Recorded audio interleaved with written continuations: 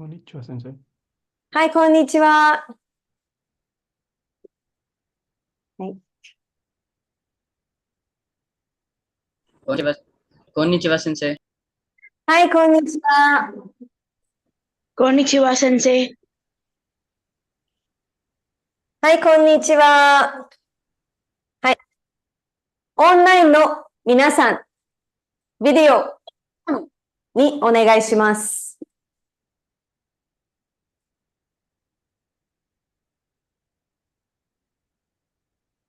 はい、では始めましょう。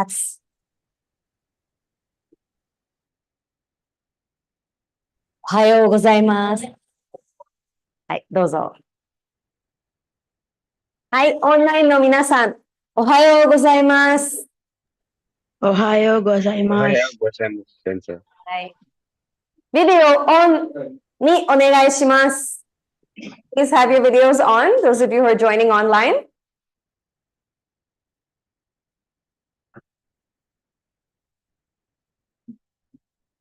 はい、ありがとうございます。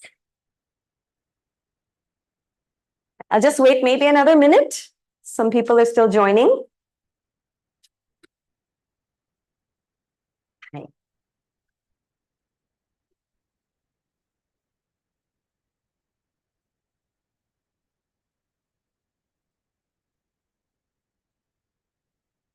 おはようございます。Sensei, I had a doubt related to subject. Yes? So subject means that it should come before the verb. Yes. Generally, it'll come before. The verb will always come at the end of the sentence in Japanese. If you have more than one verb, whatever comes at the end is usually the verb.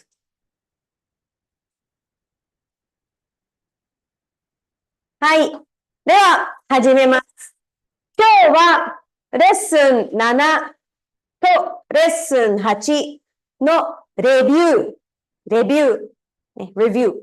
Start with lesson 7 and lesson 8, review of what we have done. And then we will proceed with the rest of lesson 8 grammar. So let me share my slide and we'll start doing a few exercises to recap what we saw last week. So first I want to ask the usual question.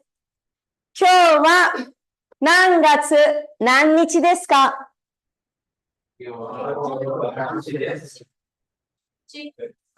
月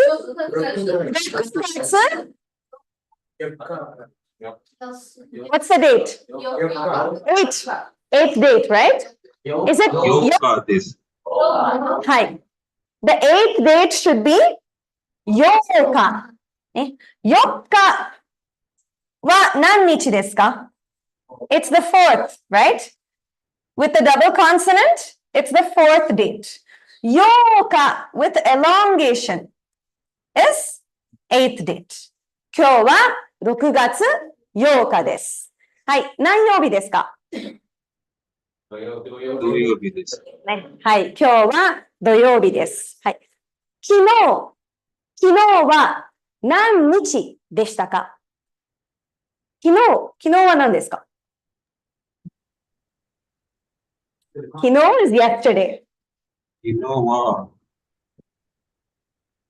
金曜日です。曜日ですね。金曜日、that's the 曜日。昨日は何日でしたか？昨日は7日です。7日ですね。はい。7th date is 7日。7日。はい。まあ、明日、I won't ask about 明日。We'll ask about 明日 tomorrow. 今日は8日で土曜日です。昨日は7日で金曜日でした。でした。past tense. はい。Just a small exercise. We did something like this last week, but I'm just pulling up a couple of different examples this time around. First, let's ask the question. We're going to practice adjectives a little bit. You want to ask, what kind of, first, what is this? これは何ですか？富士山は何ですか？ It's a mountain. Yes. So you want to ask, what kind of mountain is Mount Fuji? How can we ask in Japanese? 富士山はどうですか？どんな山ですか？ね、富士山はどんな山ですか？ What kind of mountain is Mount Fuji? And you want to answer that it's a very beautiful mountain. What's the word for beautiful? 綺麗な山です。Kire is an adjective or an adjective? なんて。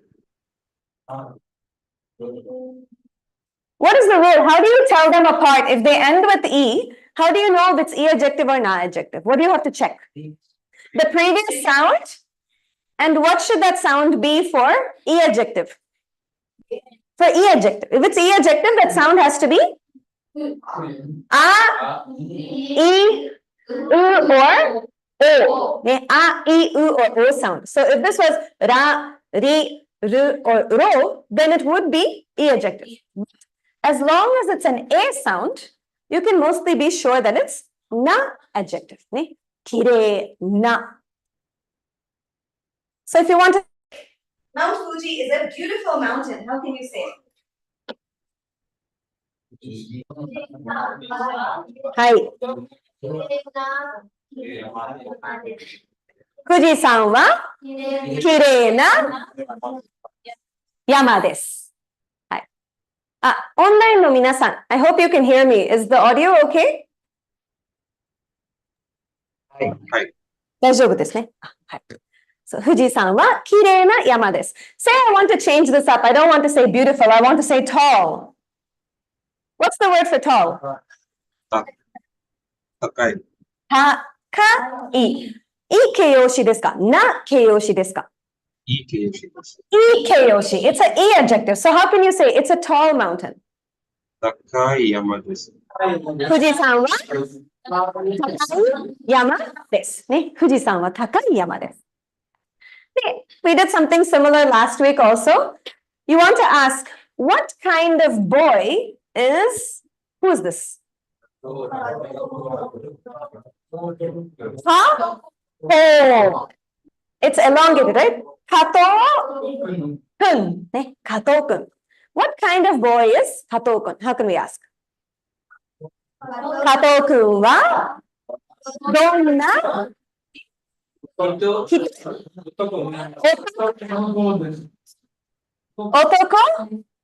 no ko. ね、男の人 will be for an adult. 男の子 is for a child. ね、そう、加藤くんはどんな男の子ですか？ Do you remember what we learned for healthy last week? 元気ね、元気。元気 is it an E adjective or a na adjective? E? Does it end with E? No, right. It's a na adjective. For it to be an E adjective, the last sound has to be E standing by itself, like this. It has to be that. And then you have to check the previous sound. But if it doesn't end with the E on its own, right? It's an E sound, but it's not E on its own. Then you know it's definitely not an E adjective. It's a na adjective. So, genki na. Genki na. So how do you say? He's a healthy boy. Genki na otoko no ko desu. Genki na otoko no ko desu. He's a healthy boy. He's an energetic boy. Genki can also mean energetic. That is to say, he has a lot of energy, right? He's of good health. Genki na otoko no ko desu. He has a lot. He's very cheerful. He's got a lot of energy. はい、大丈夫ですか？はい。で、we'll do a little bit of review in lesson 7 before I come back to lesson 8. I wanted to take a look at exercises in the textbook. So let me share the screen again. はい。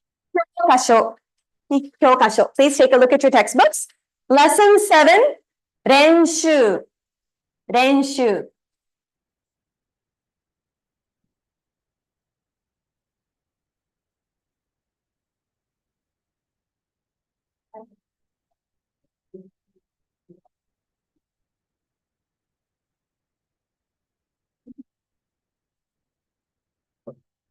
はい。Shall we read these together? We'll try to finish, just go through the exercises very quickly. The renshu is very easy, right? The very first one, blank wa shimbun desu. How do you fill in that blank? これは新聞です。これが新聞です。ね、これ it's an object, so we cannot say ここ。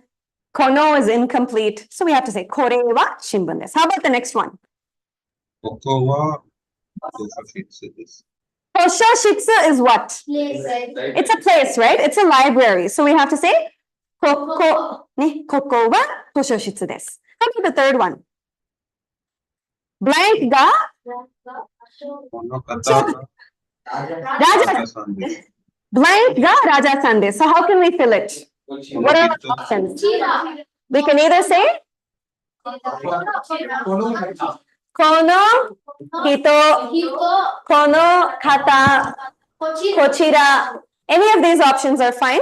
You have to use polite, right? So この人がラジャさんです。この方がラジャさんです。こちらがラジャさんです。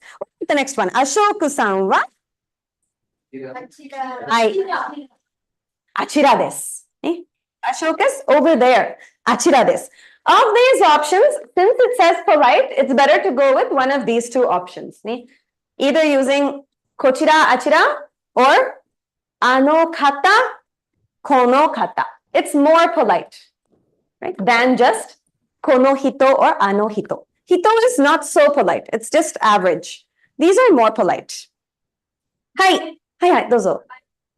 はい。 So for polite is kochira or sochira. For person is also polite. Or kono hito or kono kata is not polite. この方 and こちら are both polite. この人 is less polite. Both of these are equal in politeness. You can use. Hi. The next one. Number 4. What is that first word there? オフィス事務室。ね、事務室は何ですか? What is it? どちらですか An office room, right? 事務室は blank ですか?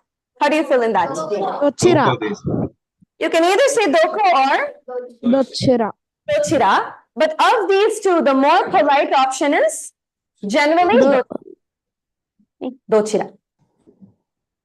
The こちら、そちら、あちら、どちら category of words, they're generally more polite than the others. So you can opt for that. どちらですか? Which way is the office room? And the last one, blank. 本は誰のですか? What's that? その本はその本? Any other answer can we use? What other options? Do we have other options? Sorry. それ本? ないですね. We cannot say that. その方の本 We can only say either その本 or you have to finish something completely before going to hon. Like as I think was that Vignesh-san said, その人の本 or something like that. But you cannot use それ本, right? そちら本. You don't make sentences that way. So その本は誰のですか? What's the question? What's being asked? Very good. Whose book is that book? Right? That book near whoever this person is speaking to. That book near you. Whose is it? How about the second exercise? ここは blank. What is the word after the blank? 有名 In the blank, we have to use the word for famous, which is 有名. いい形容詞ですか? な形容詞ですか? な Na keyoshi. So yume, then what's the word after yume? Depato, right? What's a depato? Department store, right? So yume depato. We have to add na over here, right? Because you're using it right before a noun. We have to say yume na depato. ここは有名なデパートです。This place is a famous department store. The next one. あれは blank. What's the word? あれは新しい。ここ New is? 新しい。新しい What's after 新しい? 学校です。学校です。Do you need to add anything? 新しい Gakko. Do you need to add anything else? Nice. Ne? We don't have to add anything else. Arimasen. No other extra thing has to be there. So, atarashi gakko. That's it. Because it's E adjective. We don't have to add anything. Kore, are wa atarashi gakko desu. The next one. Raja-san wa Nihongo ga blank hito desu. Choose. Jozu. It says hito afterwards. So we have to add na. Raja-san wa, sorry, Raja-san. Raja-san wa Nihongo ga jouzu na hito desu. What does it mean? Raja-san is skilled at what? Japanese language. Japanese language is something Raja is skilled at. Excellent. How about the fourth one? How do you read that? The first thing. Nigatsu. Nigatsu wa blank tsuki desu. What's the word for short? Muzukashi? Very good. Mijikai. Mijikai is short in length. So, a short month would be mijikai. What's the word for month? Tsuki desu. So, getsu, gatsu we use when we write compound words. But this is not a compound word. Mijikai is a different word. Moon is a different word. We're not combining them into one word. So then, which reading should we use? We have to use onyomi or kunyomi. When it's on its own, we have to use kunyomi. Kanji, when they combine with other kanji to make one word, we have to use onyomi, Chinese reading. But when they stand on their own, making their own word, then we use kunyomi. So over here, mijikai is a separate word. This moon is a separate word. So we use tsuki. Mijikai tsuki desu. Mijikai tsuki desu. It's a short month. Getsu, gatsu, and all always combine with other stuff. Ichi gatsu, ni gatsu, san gatsu. It's combined. It's one word. Or kon getsu, this month. Rai getsu, next month, and so on. Mijikai tsuki desu. How about the hai dozo. Tsuki is Tsuki's meaning is moon. It also means month. So what you said, for specific month we will be using gatsu. Hai. And for generally main month we will be using getsu. Getsu is again when you combine it with other words. Like kon getsu, rai getsu. You're combining it with something else to mean one thing this month. But when we use tsuki, it's not combining with anything. It's just on its own. Hai. If we will be using what month? So Nan-gatsu. So non is Japanese word. It has some kanji. Hai. Nan. Yes. So when we So nan-gatsu, exactly. So when they combine, it becomes one word. if nan doesn't have kanji means we will using suki in case. Nan and gatsu are combining to become one word. So in that case, we will still use onyomi mostly. In this case, mijikai also has a kanji, of course. But mijikai is not combining with suki to become a new word. They're still working as separate words.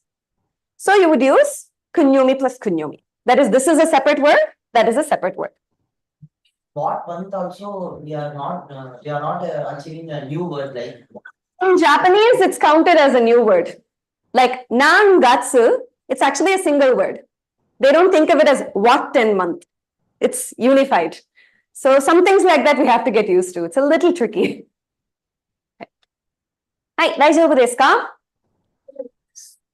How about the last one here? Kore wa, what is this? Taihen. Taihen. What's the Bendrita Kisho desu. Convenient means we have to use benri. Benri wa I keiyoshi desu ka? Na keiyoshi desu ka? Na keiyoshi desu ne. Benri na, what comes after? What's written there? Benri na jisho desu. What's a jisho? Jisho wa nan desu ka? Dictionary, right? Exactly. Kore wa taihen benri na jisho desu. So taihen is a new word over here. It basically is an adverb meaning very. There's another adverb that I shared that means very. Do you remember? Totemo, right? They both mean the same thing. The difference between these is totemo is a bit casual. It's not rude, but we use it like kind of casually in everyday conversation. Taihen is a bit formal. It sounds more formal, like in the environment where you're speaking, your language sounds nicer if you use taihen. Otherwise, they're more or less the same thing. You can attach it to any adjective to add this meaning of very. Taihen oki desu ne. It's really big. But it sounds a bit rigid. We don't always use it. You can prefer totemo in most scenarios. Hi. Like for Talian in translation, the exact meaning comes is very much. So for every Kannada concept we are learning here, there's an accurate meaning in translate. So what's more accurate? What we learn here or in translate? It depends on the scenario. So some words do translate a little differently in different situations, but mostly you'll find that the difference is limited. You don't have to think like word for word exact translation. In that situation, what sounds right, you can go for it. So mostly very much and very, there's not a lot of difference, right? If we say it in a sentence, it's going to have the same effect. So you can go with whichever sounds more natural in English. If you were to make that sentence in English, how would you naturally say it? You can pick that translation. There are some words that mean very different things in different sentences. So in that case, you have to learn it with the situation. In this situation, it means this. In that situation, it means something else. But at this level, we won't learn words like that so much. Maybe N4 or N3, you'll see words like that. Hi. The third exercise here is a little challenging. So maybe just one of them we can do together for practice. I'd like everyone to practice the rest on their own. I hope you already have, but if you haven't, hi, you're given one example, right? What does the example say? Please read A's line.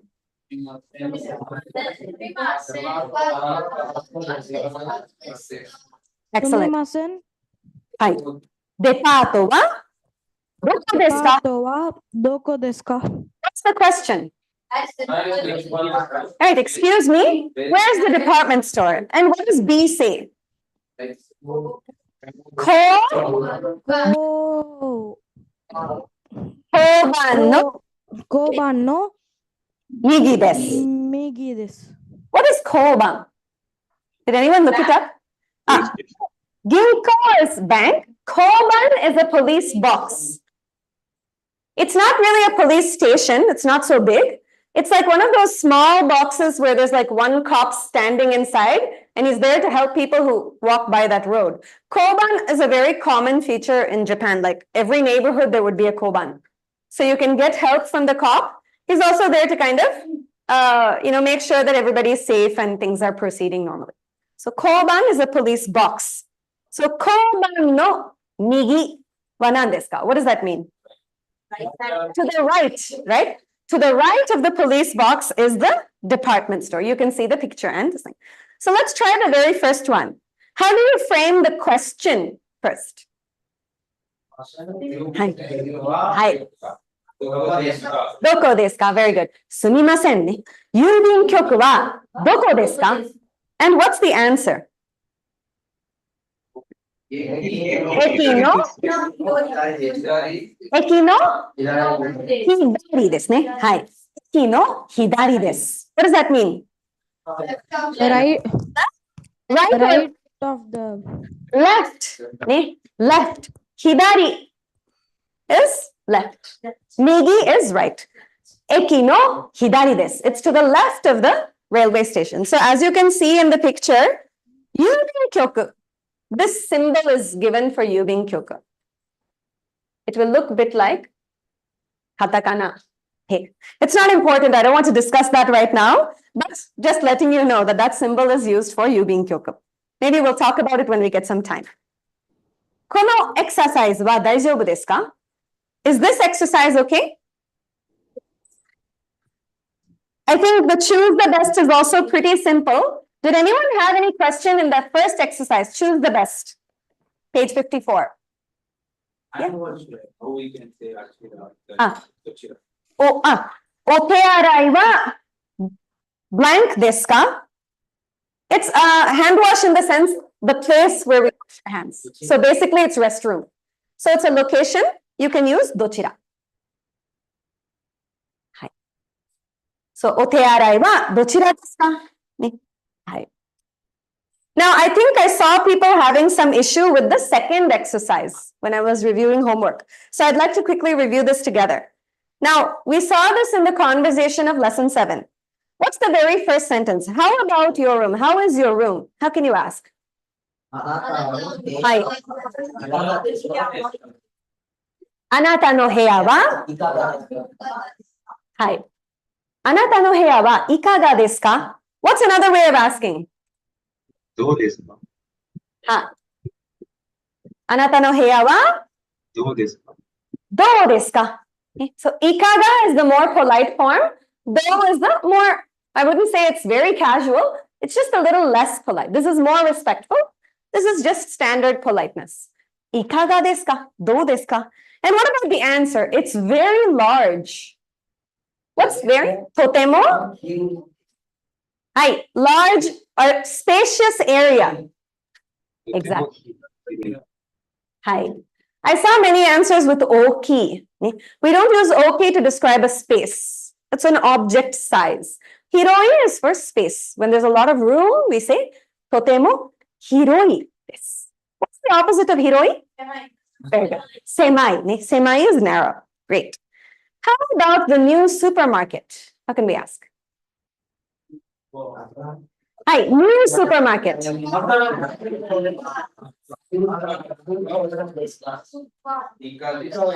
Hi. Sorry. Atarashii super wa ikaga desu ka?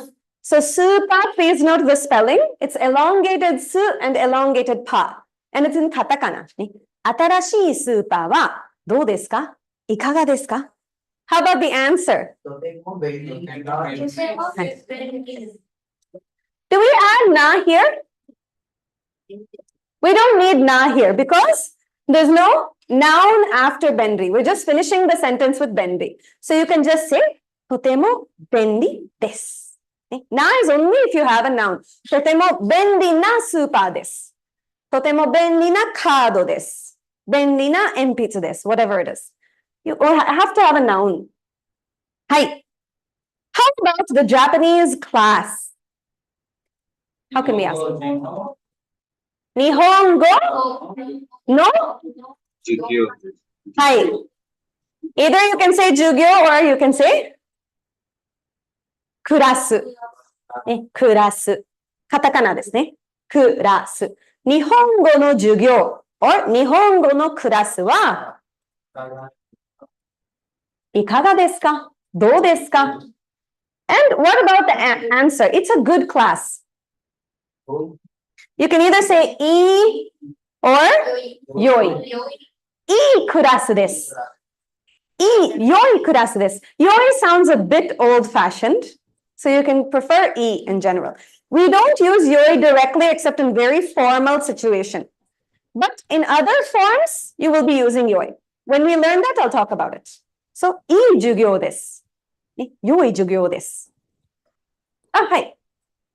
Here it's there like a Japanese class. So Hi. we are using the Nihongo no. It Hi. means a Japanese language class. Yes. So what is the exact translation of Japanese class? So here, when we say it in English, we mean Japanese language. Obviously, we don't mean a Japanese person. It's a class taught in Japanese language for another subject. If that's the only other possibility, then you have to mention the subject. Say you're taking a history class taught in Japanese language. You go to Japan and you're studying. Oh, my electromagnetic class was taught in Japanese. Then you would say the sentence completely differently. So over here, it can only mean one thing. It can mean only Japanese language. Sensei. Hi. How about the supermarket? Can we say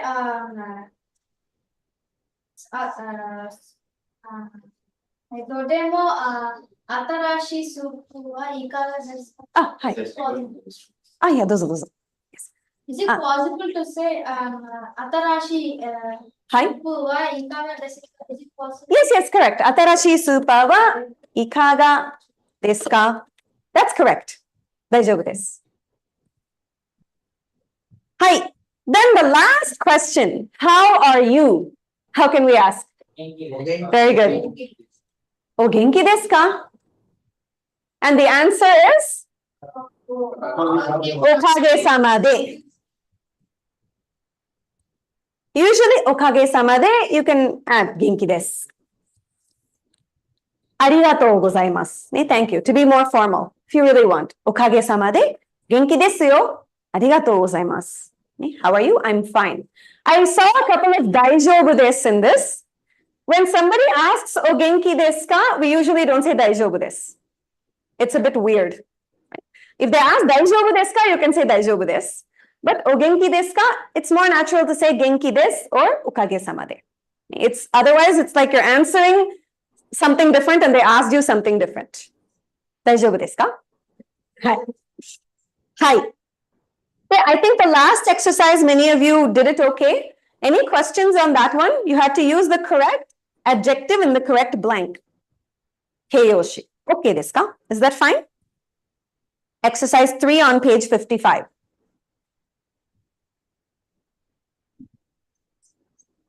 If you have any questions, you're welcome to ask me tomorrow after trying it at home. Most of you have finished it, but if you haven't yet, you can still do that. Hi. Let's get back to lesson 8 and pick up. I'm going to do a little recap of verbs. I hope everyone took some time to review verbs because we're going to start with that. Hi. I hope everyone online can see the screen. Is it okay? Hi, Sans. So very quickly, what are the 4 broad categories of verbs in Japanese? Yes, simple, including? Yes, they just say affirmative and negative, right? That is, we learned it the first thing that we saw very early on was desu and arimasu, right? Desu and dewa nai desu. Dewa arimasen. That is simple. After simple verbs, you have stative verbs. That is arimasu and imasu. Okay? To be, to exist. It shows if something is there or not there, present or absent. Next level, we have movement verbs, right? They show you moving from point A to point B. Examples include ikimasu and kimasu. Kimasu. Kuru, kimasu. It's a ki sound, right? Ikimasu to go, kuru to come, kimasu. And lastly, you have action verbs, right? Things that show you doing things, eating, drinking, walking, speaking, reading, all of that. These are all actions. Action verbs sometimes also involve what you call an object. What are you eating? What are you reading? What are you writing? The object of your action is what we call object, and that is the receiver of the action. The thing onto which you're doing that action. We'll see about that a bit more in detail today. Now, there are 3 verb groups, right? So I'm giving a hint with the first verb group. Ichi group no doshi. Doshi is verb, right? Doshi. First group verb, they're also known as Godan doshi. 5-level sounding verb, right? What are the characteristics of ichi group no doshi? What do you know about them? Hi? Ends with u sound. Any u sound, right? Any u sound in Japanese language basically is which form of the verb? Plain form or polite form? Plain, right? In plain language, that verb will end with some u sound, right? If it ends with ru, the sound before that ru is usually a, u, or o. Right? For example, these are all examples. Hi. Are these informal? These are informal verb forms. Yes. So what I mean by plain is informal. So in different Japanese classes and materials, they use different words to talk about this. Some classes call it plain, some classes say informal, some classes say jisho or dictionary. It's all the same thing. So we're looking at the informal form because that's where you can easily tell the difference. Let's just read a few examples. Hai, dozo. Karu, matsu, hanasu, aru, wakaru, tsukuru, odoru. Okay, so let's go one by one. What is karu? You learned it last week. To buy, right? Very good. Matsu is new. It means to wait. As you can see, tsu, right? It's ending in some sound ending. Hanasu means to speak. Exactly. Hanasu. Aru, what does it mean? Bloom. Exist. To exist. Very good. To be or to exist. It's the plain form of arimasu. Arimasu, aru. Wakaru, wakarimasu. Nan desu ka? What does it mean? Bad. And very good. Wakaru. Tsukuru, to make or to cook. And lastly, odoru means to dance. For all of the ones ending in ru, you can notice the pattern. Before ru, there's a sound, u sound, or o sound. If it ends with ru, and it doesn't have a, u, or o before that ru, what if it's a sound or e sound? What group is that? In that case, it's called a ni group no doshi, also known as ichidan doshi. Second group verbs, they always end with ru. It's a rule. Always ends with ru. The sound before ru is e sound or a sound. Some examples are dozo. Taberu, iru, neru, okiru, taberu, to eat, iru, imasu, to exist or to be, same as aru, but we use it for living, that is animate things. Neru is sleep, okiru is to wake up. All of these, you can see a pattern. One, they end with ru, and two, the sound before ru is e sound or a sound. It's fixed, frozen. It can never be outside of this group. There are exceptions to ichi group, but there are no exceptions to ni group. Ni group, verbs will always follow this pattern.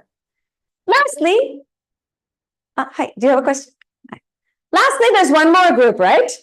The irregular verbs. What are the two verbs? There are only two in Japanese in irregular category. What are they? Very good. Kuru and suru. What do they mean? Kuru means? Yes. Kuru is to come. Suru is to do, right? Suru, to do. Kuru, come.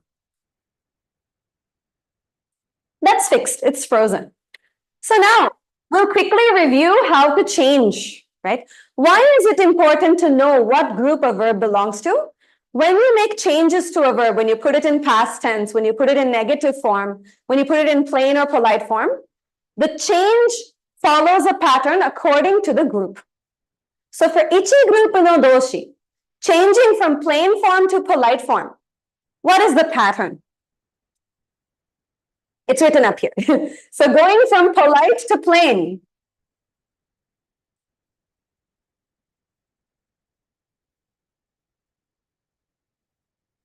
You change, what do? From polite form. Drop the mass. You're left with an E sounding sound here. You change that sound into a U sounding ending. What group do they belong to here? You can see this. Ha, right?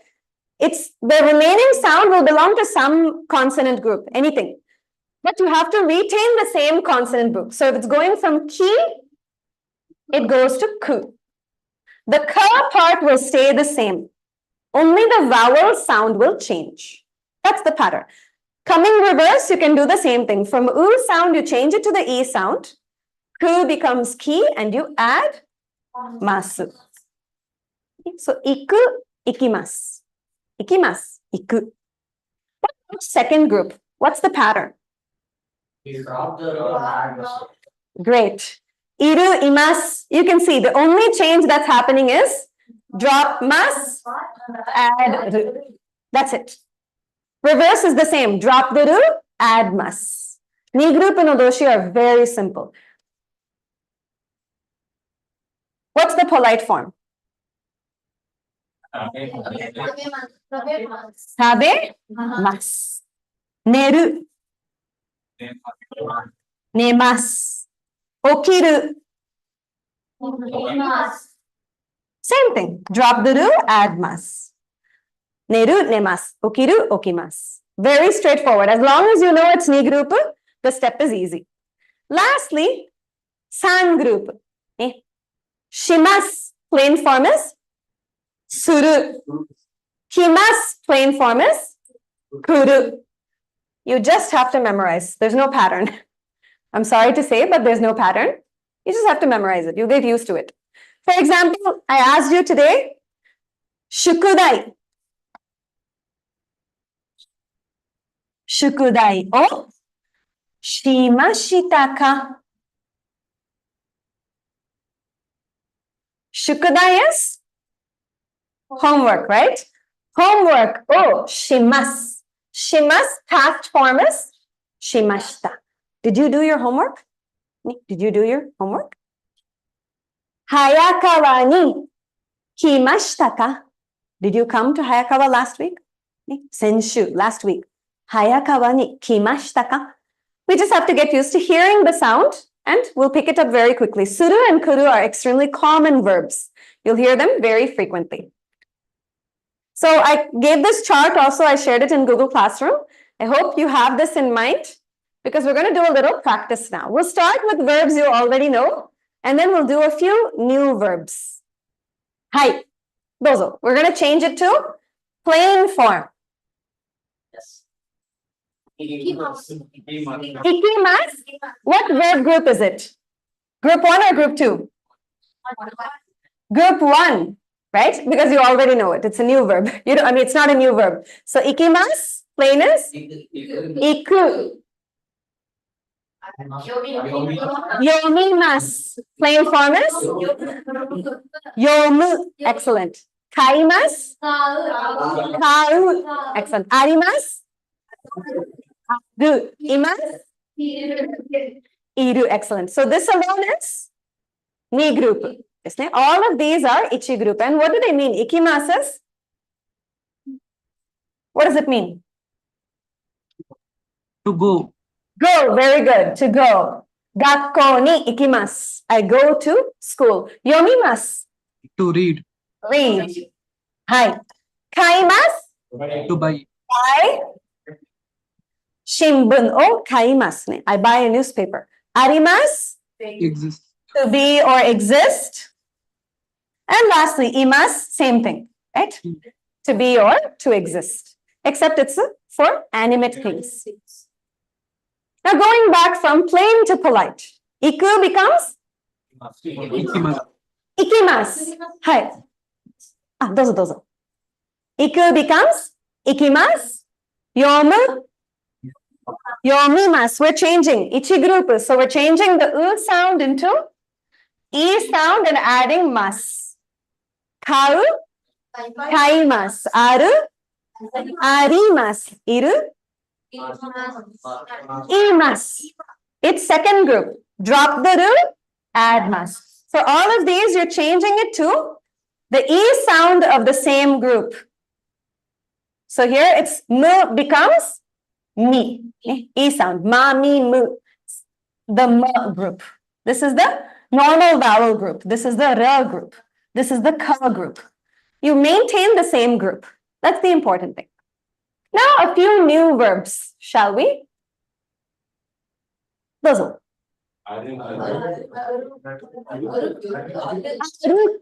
What do you think it means? To walk, right? Aruku.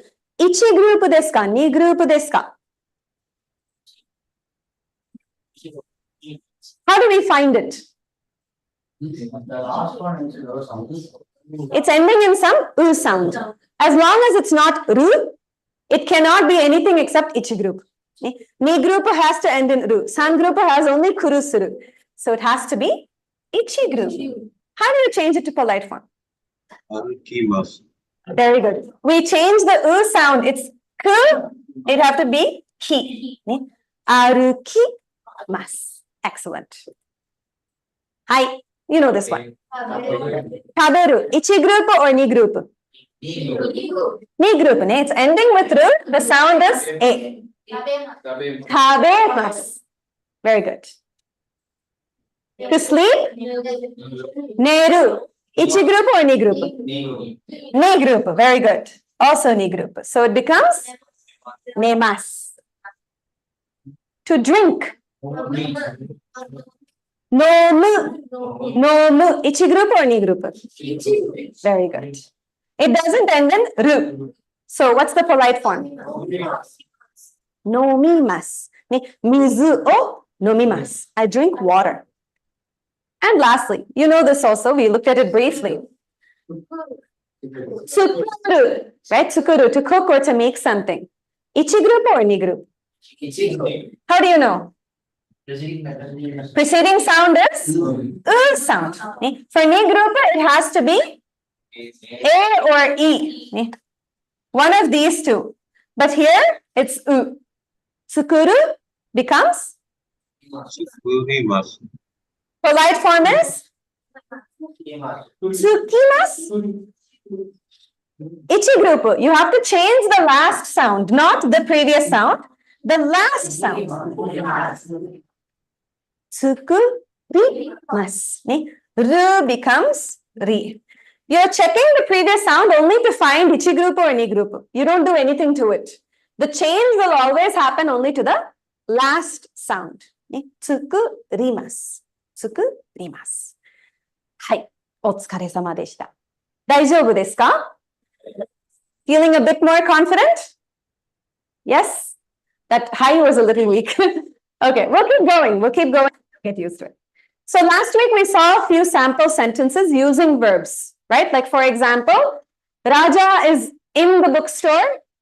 You already know that. How do you say it? Raja-san wa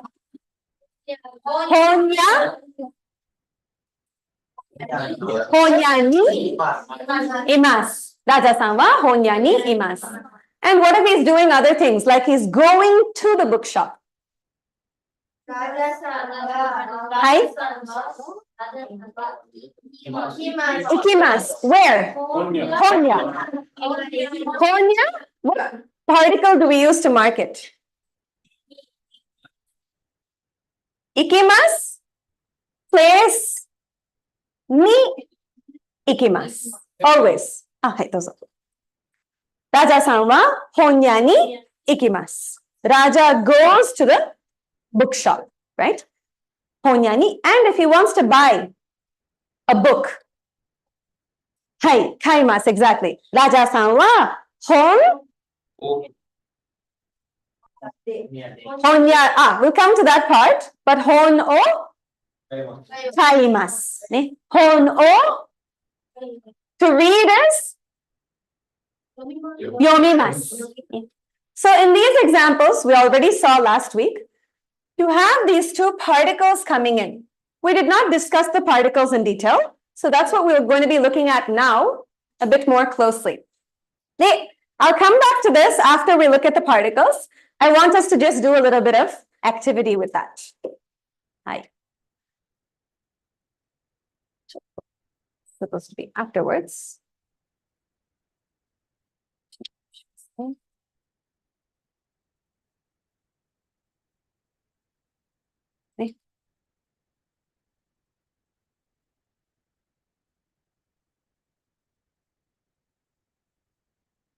So unfortunately from here, we're going to pick up a lot of new particles as well as new uses for particles that you already know. So you're going to have to probably maintain some kind of list where you write down and say, okay, this is ni particle. Sorry. You want to just write down ni particle and then list its different uses like this, so that you have an easy way to go back and review it. So let's take a look, right? We saw this sentence example. Raja-san wa hon o kaimasu. Where did he buy the book? What's the location? Honya. Honya. He bought it at the Honya.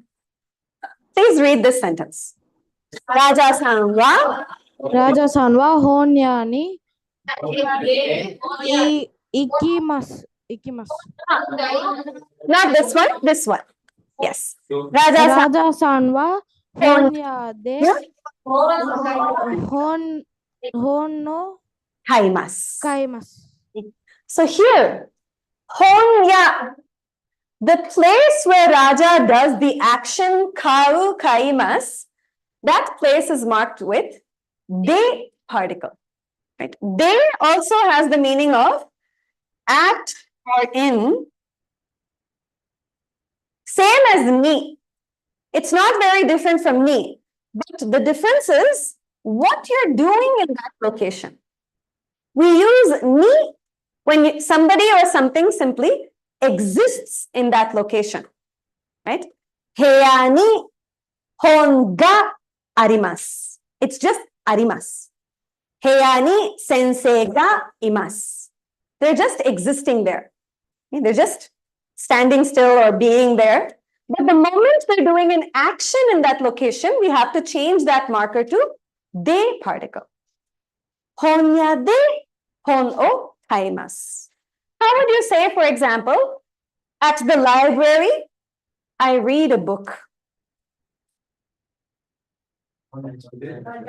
It's library. Toshoshitsu. Toshoshitsu.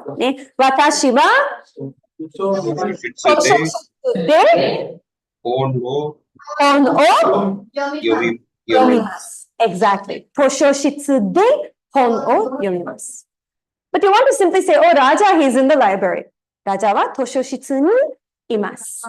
So ni is for simply existing somewhere. De is doing an action there. Right? Honya de kaimasu. You also use ni for one more thing. And that is, I already mentioned this last week, the destination of an action. So iku, or mostly for ikimasu and kimasu, this happens. You're going somewhere, you're coming somewhere. What is your final arrival point? What is your destination? That place is marked with ni. This ni, you can think of it as to come to someplace, to go to someplace. It's a destination, it's a target. So destinations and place of existence, they're marked with ni. Place of action is always marked with de. Of course, you only have to do this if you mention the place. I can just say Raja-san wa hon o yomimasu. Maybe I don't talk about where he does it. If I don't mention, then I don't have to say anything. If I mention the place, then I have to use de. Okay. Another usage of de particle. How does Raja go to the bookstore? Say he goes by bike. Dozo, you can read the sentence. Raja-san wa What is this? Ba, this name. Baiku. bike de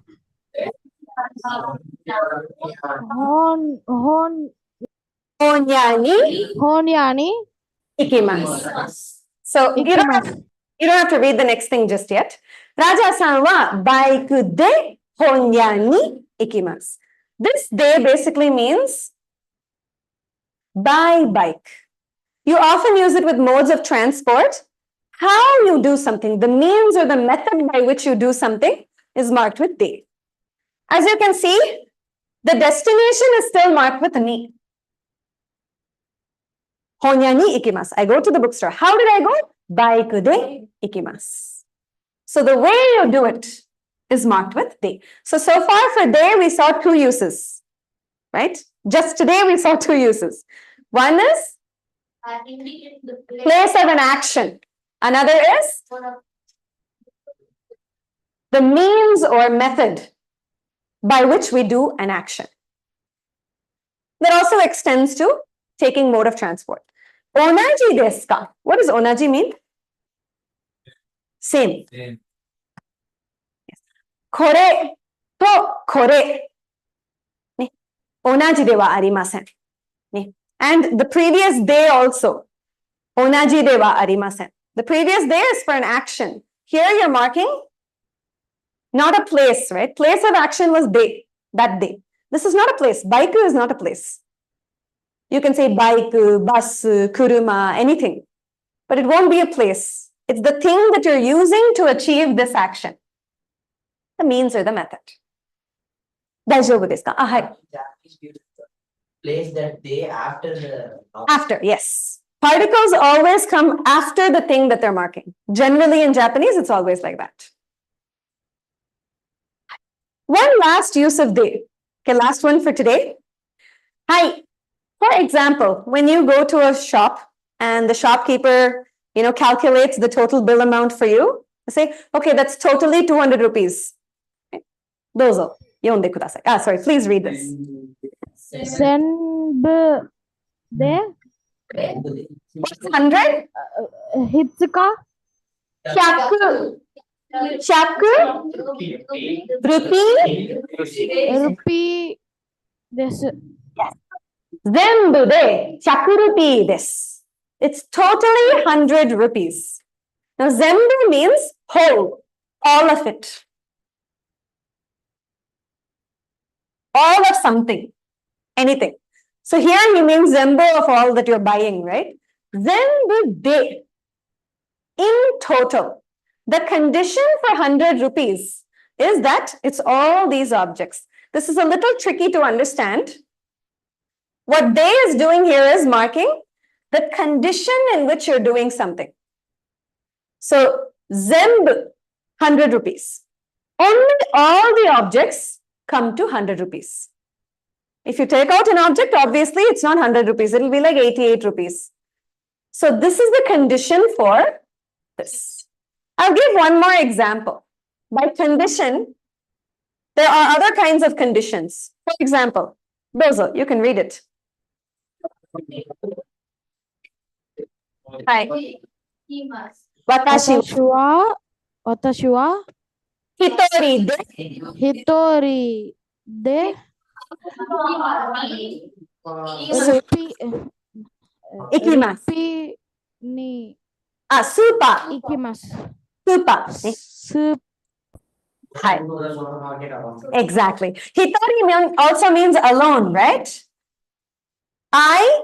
In the state of being alone. That's not it's a very bad translation. Just to illustrate, in the condition of being alone by myself, I go to the supermarket. You can replace hitori de with any number of people. Watashi to anybody. Oni-san wa futari de super ni ikimasu. My elder brother and I went to the supermarket as two people. It's a bit strange to say this in English. We just say, I went with my brother. I went with my family. But in Japanese, it's actually quite common to point out the number of people doing an action. So, hitori de, 3 nin de, restaurant ni ikimasu. As 3 of us, we're going to the restaurant. So that is the condition in which this action is happening. The condition is that we're 3 of us. That's the state, as a group of 3. So this is one more use of de particle. Don't overthink it. At this level, you'll only use it in one of these 2 scenarios. So you don't have to worry. Just remember these 2 cases. That's enough. The other use of de is the one that you're going to see very often. So just as a summary, these are the different uses of particles that you've learned so far. 1, ni particle. It marks arimas or imas. Anytime a sentence is pointing out something existing, someone existing, it marks the place where it exists. Heya ni arimasu. Heya ni imasu. Another use of ni marks the destination of going or coming. Where you're going, where you're coming. And this is the last one. Okay, this is for now. We're not going to see another one in a while. Dozo, please read this. Kyo. Kyo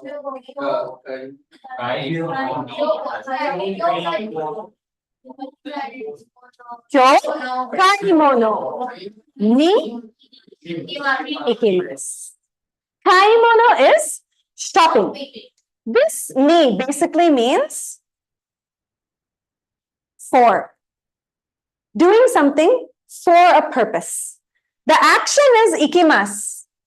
But kaimono is shopping a location? No. Of course, the place where you shop is a location. Supermarket, department store, mall. But here you're not saying super, depato, or moru. You're saying kaimono. It's not the place, but an activity. And it's the noun form. So you're not saying I'm going to a location. I'm going for a purpose. I'm going to do this, to get this done. Another good example for this is movie. Do you remember the word for movie?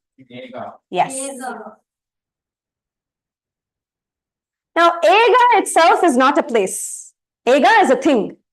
You go to a movie theater, that's the location, but the thing is ega.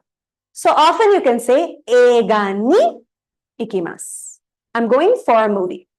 Hey, what are you doing this weekend? I'm going for a movie with my friend. Tomodachi to eiga ni ikimasu.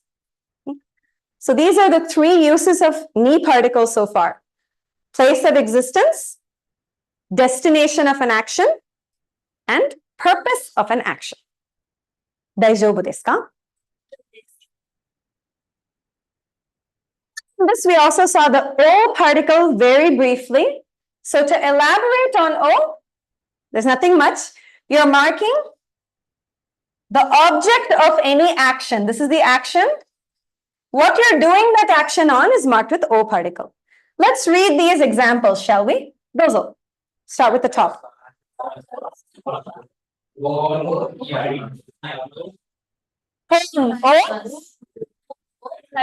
kaimasu. Hon o kaimasu. Raja buys a book. How about this? Hon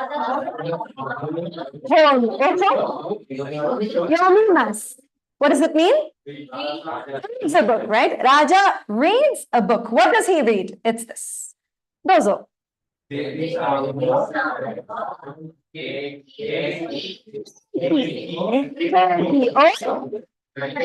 Kaimasu, meaning she buys what? A cake. What does she buy? That object is marked with O particle. Keiki o kaimasu. Hon o yomimasu. Shimbun o kaimasu. Whatever that is. Asa gohan, breakfast o tabemasu. Right? Whatever object you eat, you can mark it. Mizu o nomimasu, to drink water, and so on. There are only 2 uses of O in the entire Japanese language. This is one of them. The other use, we will see it after a few lessons. Lastly, of course, we already saw de. Hi. How do we translate I'm going for a movie by? That's a good question. Let's take a look. First, I'm going for a movie. How can we say it? Watashi wa eiga ni ikimasu. Watashi wa eiga ni ikimasu. Now you want to add the information. By bike. Bike de ikimasu. So you can change the order. This isn't very important. You can put bike de before eiga ni or after eiga ni. That's not very rigid in Japanese language. The preference is usually to say it first. How you do something before what you're doing. So, watashi wa bike de eiga ni ikimasu. Watashi wa eiga ni bike de ikimasu. Both are okay. The first one is a bit more natural. 大丈夫ですか？はい。De particle, we saw 3 uses so far. 1, to mark place where an action is happening. So, ni or de. This question will haunt you for a while. You have to look at the verb. You have to look at what's happening in the sentence to choose between ni and de. Of course, you also have the means or method, like bike de, how you go, how you did an action, and the condition in which something is done. Zenbu de, or hitori de, sannin de, yonin de, and so on. Until this, is it okay? Shall we practice a little? Just before this practice, we're going to do one other thing to make it a little interesting.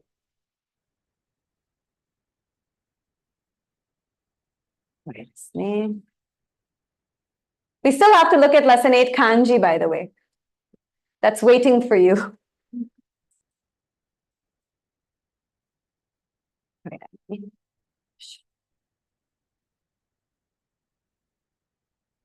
Now, so far we have learned how to use verbs a little bit. We've learned past tense a little bit. We've learned negative form a little bit.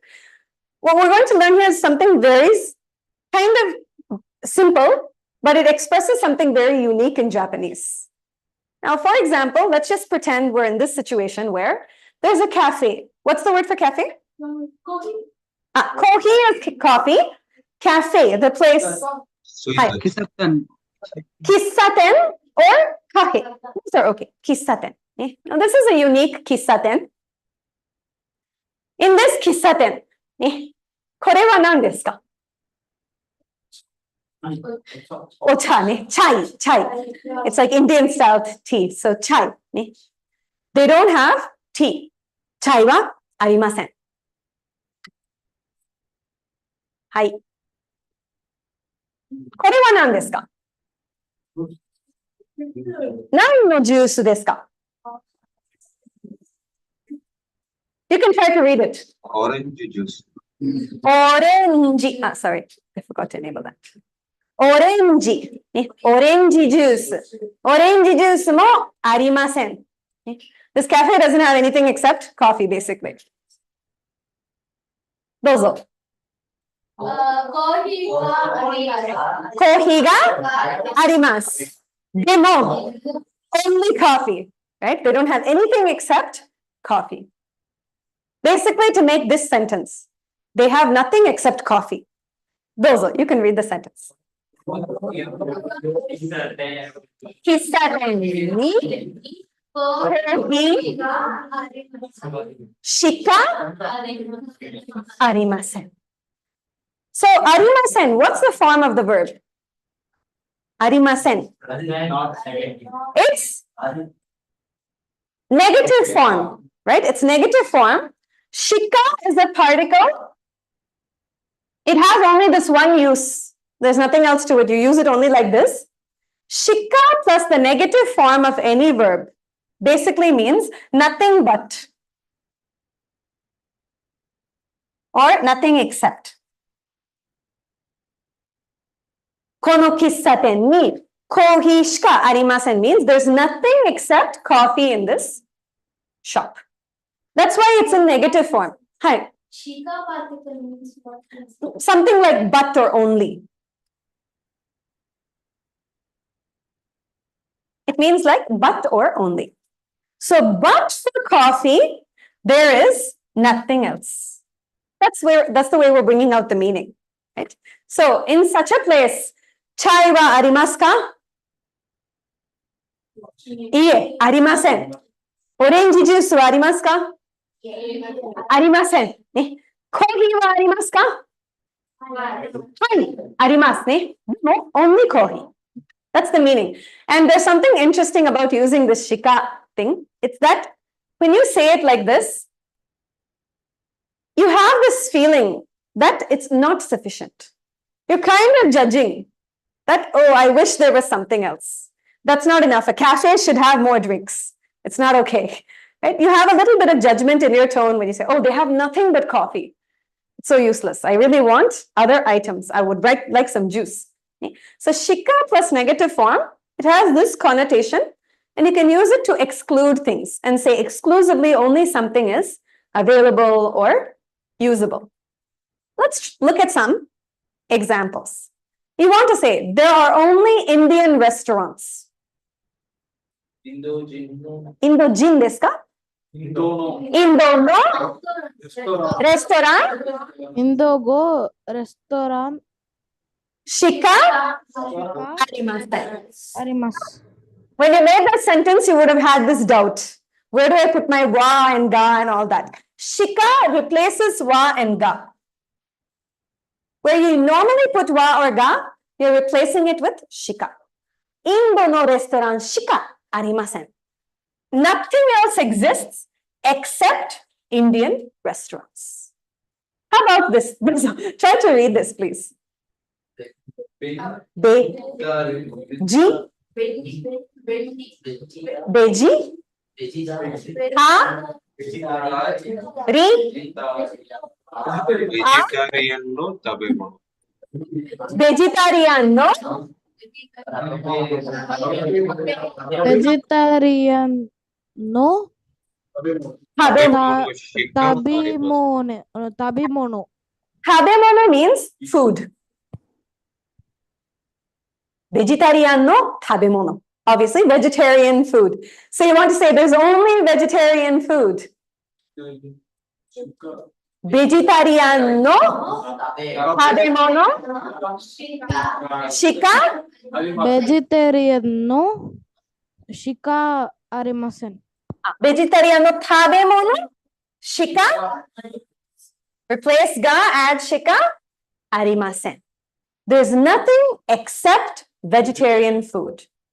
Only this is available. You can feel that disappointment when someone says that. There's only kore wa nan desu ka?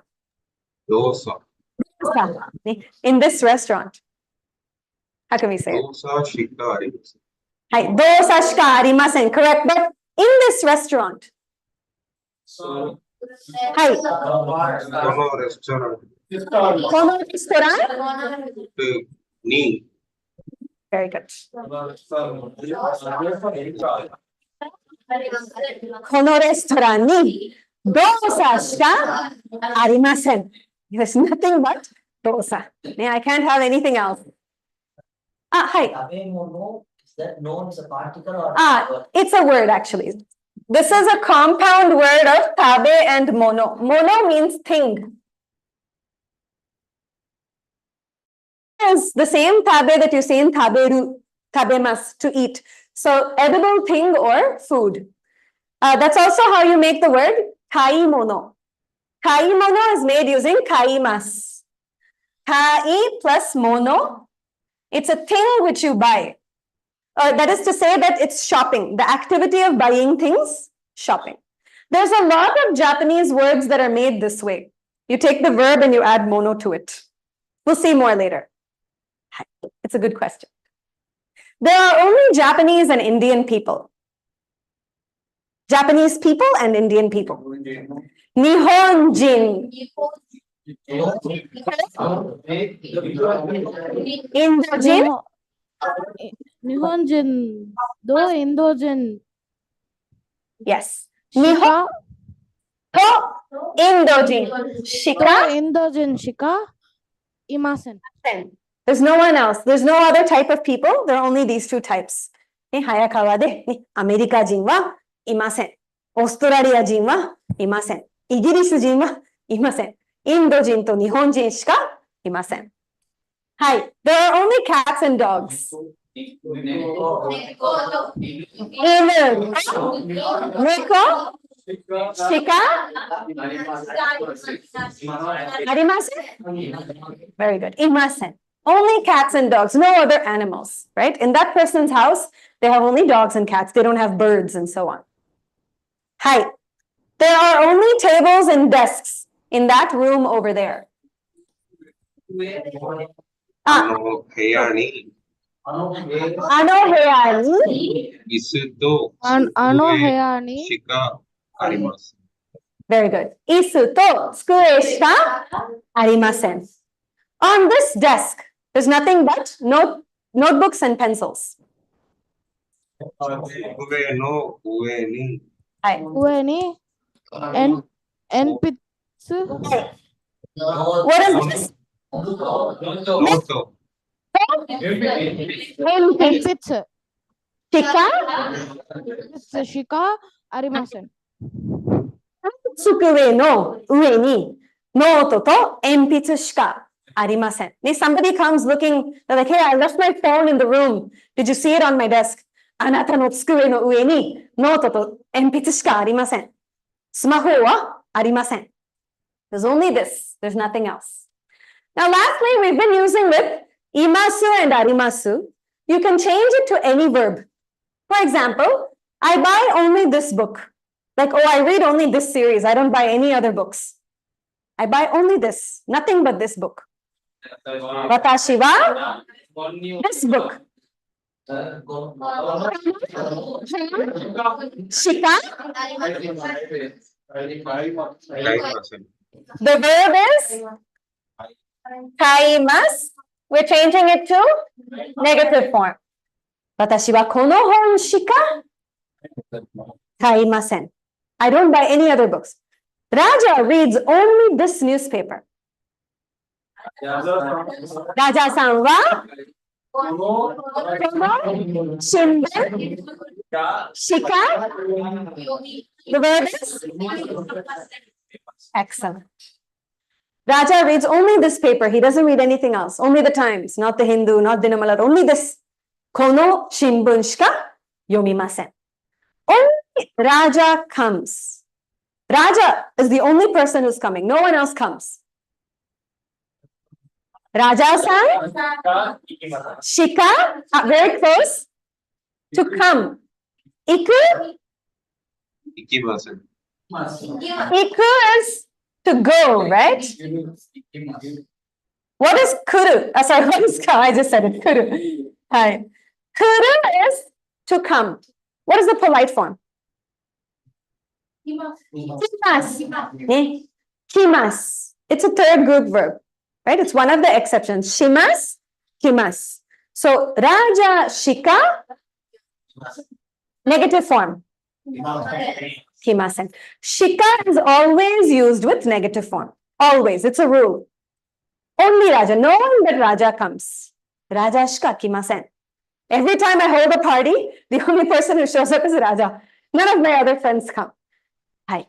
Did you have a question? In other sentences, we are removed ga arimasen, so we add shika arimasen. Hi.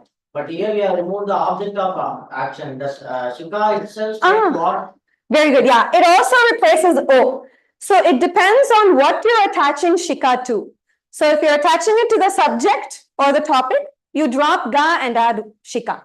If you're attaching it to the object, drop wa and add shika. So these three particles, wa, ga, and o, get replaced by shika. There are particles that you don't replace with shika. Ni and they. If you have that particle and you're adding shika, add it after that particle. So for example, I read books only at the library. First, make the sentence. I read books at the library. Tosho shitsu, ni or they? What is the action? They. Yomimasu is the action, right? Which means you're doing an action at the location. You have to mark it with de. Tosho shitsu de hon o yomimasu. What I want to say is, I don't read anywhere else. I don't read at cafes. I don't read at my house. I don't read at school. I read only at Tosho shitsu de shika hon o yomimasen. Except at the library. I don't read books anywhere. Tosho shitsu de shika hon o yomimasen. I can maybe write that example somewhere. I'll clear the slide. So, tosho shitsu de shika. Except at the library, hon o yomimasen. But we can tosho shitsu de Own shika, we can, Ah. own shika to there and. You can also say, Toshoshitsu de hon shika yomimasen. What is the meaning of that sentence? Toshoshitsu de hon shika yomimasen. Read only that book. I read only, or you can say kono hon, that book, or I read only books at the library. I don't read newspapers or periodicals, journals. I don't read all that, or magazines, only books. Hon shika yomimasen. So it depends on what is the exception in your sentence. Very good questions. Hi, 大丈夫ですか? Hi, is this okay? Shika plus arimasen, 大丈夫ですか? Hi. So what I'd like to do now, just before we close up verbs, one small activity. Hopefully this will make it a little less monotonous.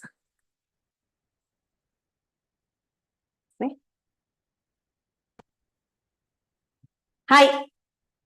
大丈夫ですか? I hope online see the screen. Is it visible? Yes? 大丈夫です。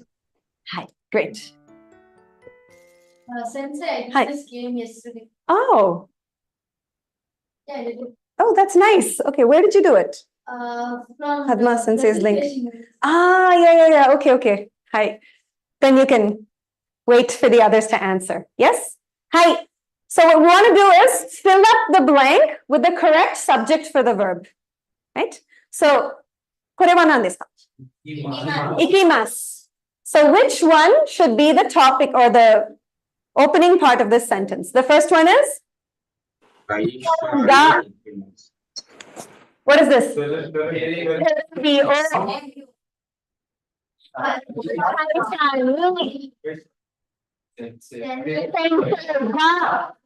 That's a little small.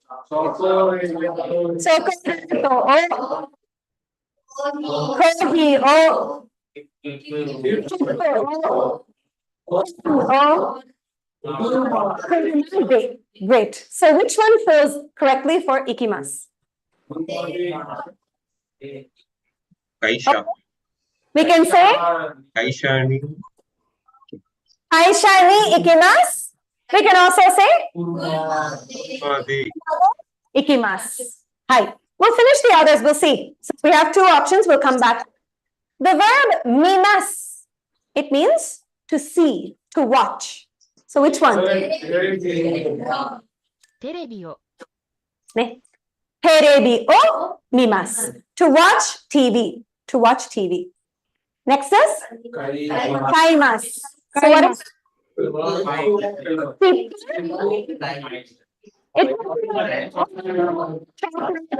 Coffee, anything. So we'll come back to this. Arimasu. What works? 本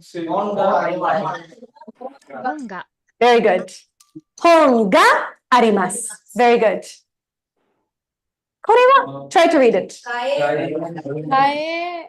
帰ります。帰ります. 帰ります means it's a new verb actually. It means to go back, to go home, right? To return to a place. 車で Very good. Very happy to say. 車で帰ります. I go back home by car. Excellent. います. Very good. 先生が先生がいます. はい。本を本を読みます. 飲みます? コーヒーを はい. It means to drink, right? コーヒーを飲みます. To drink coffee. チョコレートを Excellent. Chocolate を食べますね. I have chocolate. チョコレートを食べます. So now how do we fill these? 会社に and 切符を会社に会社に行きます. はい。大丈夫ですか? 大丈夫です。 To go to the office, to watch TV, to buy a ticket, to a book is there, right? A book exists. To go home by car, a teacher is there to read a book, To drink coffee and to eat chocolate. はい。全部合ってますね。はい。fantastic。お疲れ様でした。大丈夫ですか？大丈夫です。 So of these, we saw a couple of two new verbs, right? So I just want to quickly talk about those two verbs so that we don't miss it. Right. Okay.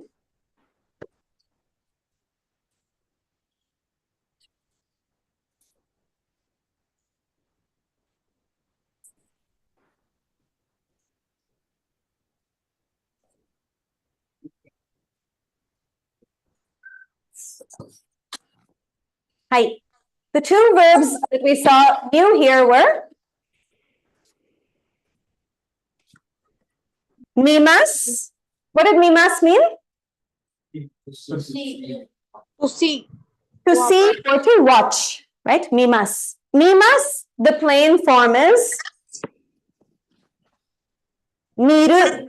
Nigrupu desu ka? Nigrupu desu ka? Yes. It's a second group verb. Miru, mimasu, mimasen. Drop the ru, add mas, and vice versa.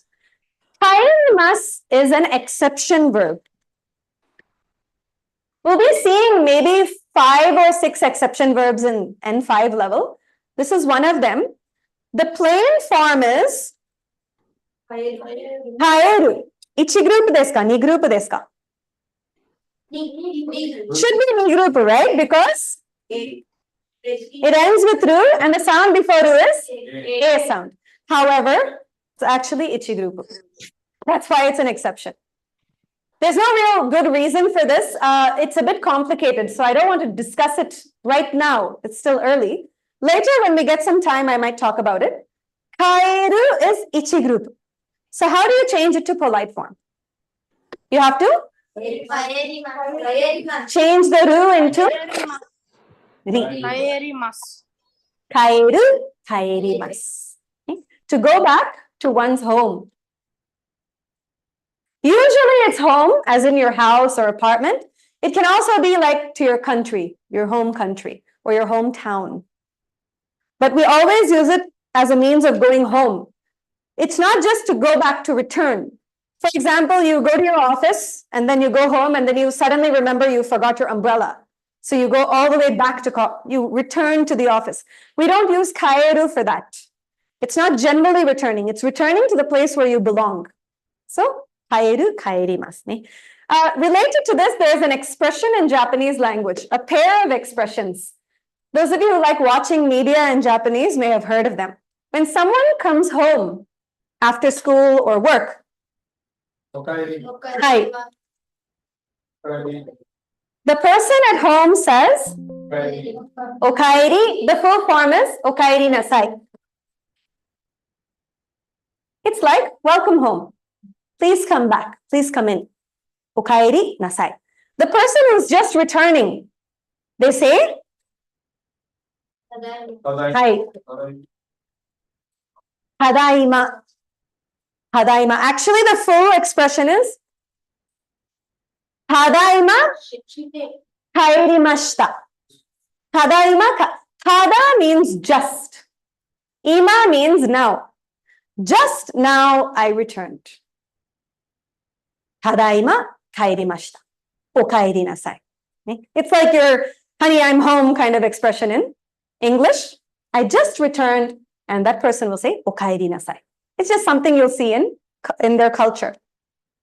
Of course, something only said at home. You won't say this in other places. Hi. 大丈夫ですか?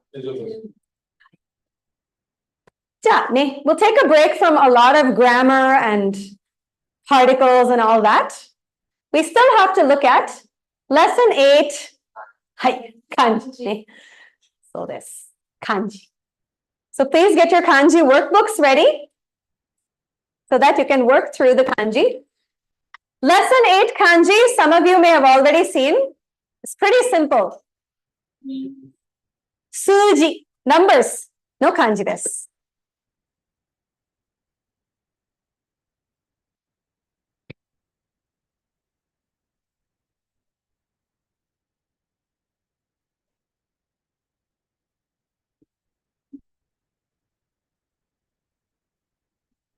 はい、いいですか?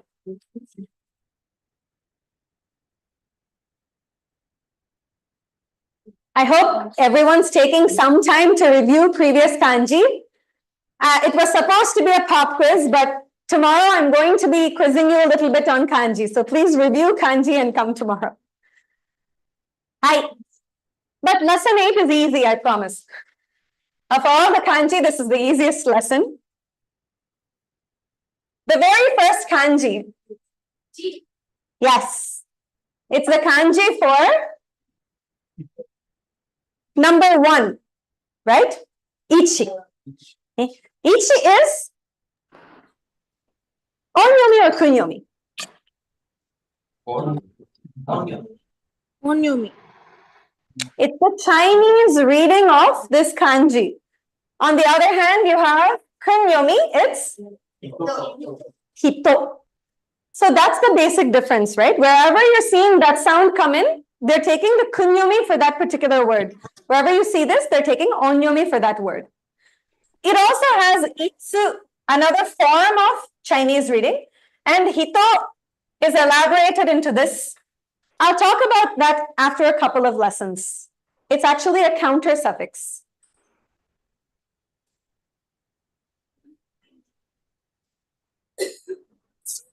That su ending is a counter suffix, like we've seen so many, right? Mai, dai, and all that. Su is the generic counter suffix. It's that Swiss Army knife counter suffix. You can use it for anything. But it has a dire limitation. It goes only up till the number 9. So you cannot count things with this suffix beyond the number 9. Now, for most things in life, that's surprisingly enough. You go to a restaurant, you're probably not going to order more than 3 or 4 coffees at a time. You're not going to order like 16 coffees just every day. So, su, very convenient, general counter suffix, but can only count up to 9. It's one of the oldest counter suffixes. So it uses the kunyomi, the Japanese reading. So hitotsu. You might be able to guess number 2. Futatsu. Futatsu. So hito, that's one place where you see this reading. You also see the hito reading in one person, right? Hitori. Hitori. Otherwise, in most places, you will see the ichi reading, like Shigatsu, Ichinen, Ichinen, 1 year. Ichigatsu, the first month, right? January. Then you have some very special reading. It has nothing to do with the kanji. Suitachi. It's Suitachi. It's not the reading of Ichi. It's not the reading of Jitsuka, Hi, nothing. It's special. You just have to memorize it. It's written like this. You read it like Suitachi, the first day of the month. And it's pretty easy. It's just one stroke, right? One horizontal stroke going across the middle of your little square. Next is, hi, number 2 is ni. As you might have guessed, ni is onyomi or kunyomi? Onyomi desu ne. Ni is the Chinese reading, onyomi. Kunyomi wa nan desu ka? Futa. Exactly, futa.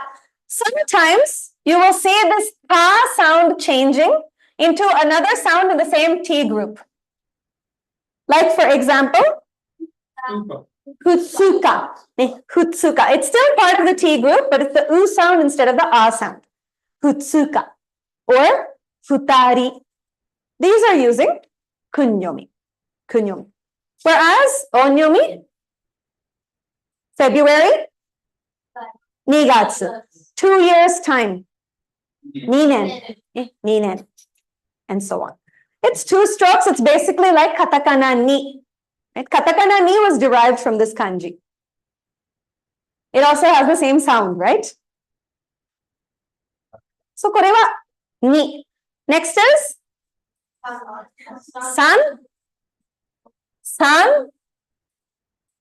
Onyomi is san. Kunyomi wa nan desu ka? Ni. Right? I've spoken about ni before. For example, we saw it in Mikka. Mikka. It's a small tsu. So you have to pronounce it as double K. Mikka. Mikka. Another example. How do you read that? Mitsu. Just like Mikka, Mitsu. Mitsu is 3 in number. When you use the tsu counter suffix. Hitotsu, futatsu, mitsu. You're counting the number of objects. Otherwise, in many places, it's san. Like sangatsu, sannen, sannin. 3 people. In the case of san, the proportion of the strokes is a little bit important, right? The first 2 are almost the same length. When you write by hand, if it's the same, it's okay. The third one has to be long. Please don't confuse this with katakana mi. Katakana mi has an angle. Kanji san is kind of straight, right? It's not angular, it's straight. So, ichi, ni, san. Next is? Yon. Yon. Actually, the onyomi is? Onyomi wa nan desu ka? She. Right? She. Actually, she is the onyomi. Yon, yo. These are actually kunyomi variants. The only place where you'll hear she is basically shigatsu. There are some other words, but not at N5 level. So shigatsu. Other than that, mostly like yonen, yonin, yokka, yokka, or 4 of an item, yotsu. You go into a restaurant and you want to ask for 4 coffees.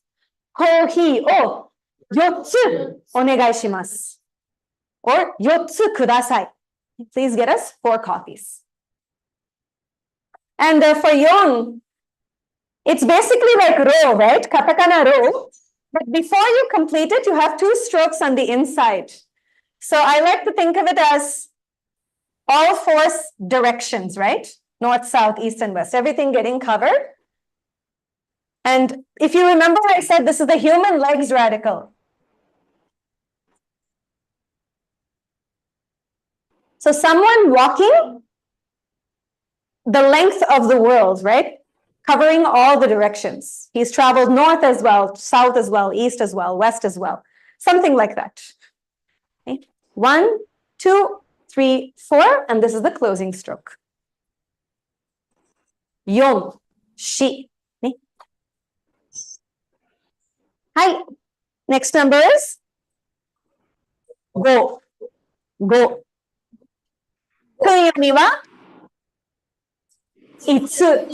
For example, we saw it in itsuka. In the 5th date, itsuka. Mostly you'll see go. 5th month. Gogatsu. May. Gonen. In. Now, what I like about this is you can actually picture the number 5 in it inside the kanji. So it's very easy to learn. Another interesting, I don't know if you can call it a fact or trivia. If you take 5 matchsticks and line them up, you can make this kanji. So some coincidence, I suppose. So it's a top-down kanji. 1, 2, this is an intersecting stroke, so it comes afterwards. And then the bottommost. So 1, 2, 3, 4. Interestingly, 4 kanji uses 5 strokes, 5 kanji uses 4 strokes.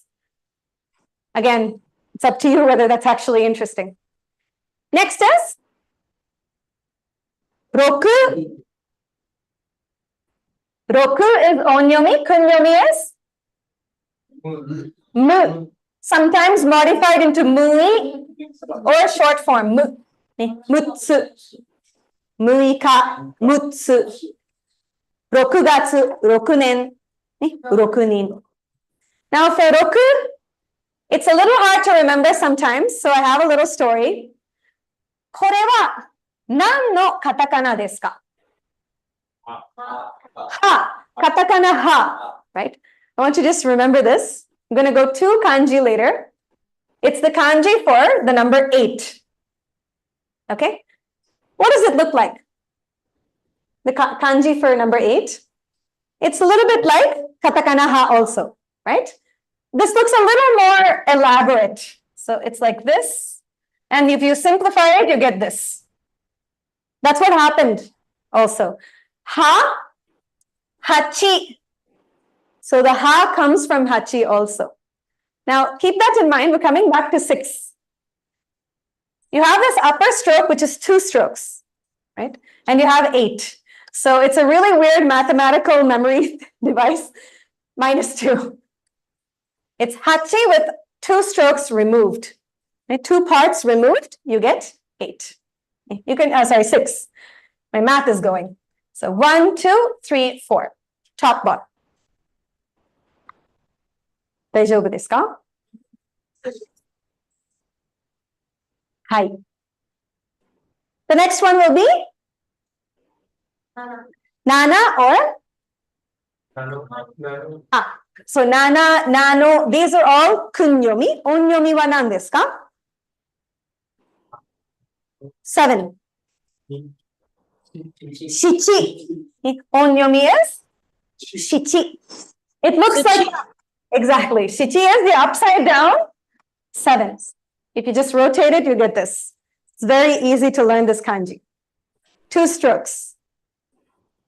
Mostly the reading nana is seen in many places, but shichi and nana are often interchangeable. The only place where it's really rigid is in numbers like nana nen. Usually we don't say shichi nen. You can though. Shichi gatsu is frozen. You cannot say nana gatsu. You must say shichi gatsu. Most other places, both are okay. Nanoka is frozen. You have to use nanoka. What about the counter suffix? Nanatsu. Nanatsu. 7 in number. Nanatsu. So we've seen 1, 2, 3, 4, 5, 6, 7. Next is? Hachi. Hachi. Hachi is onyomi. Kunyomi include ya and yo. Ya and yo. So yoka. Yatsu. 8 in number. Yatsu.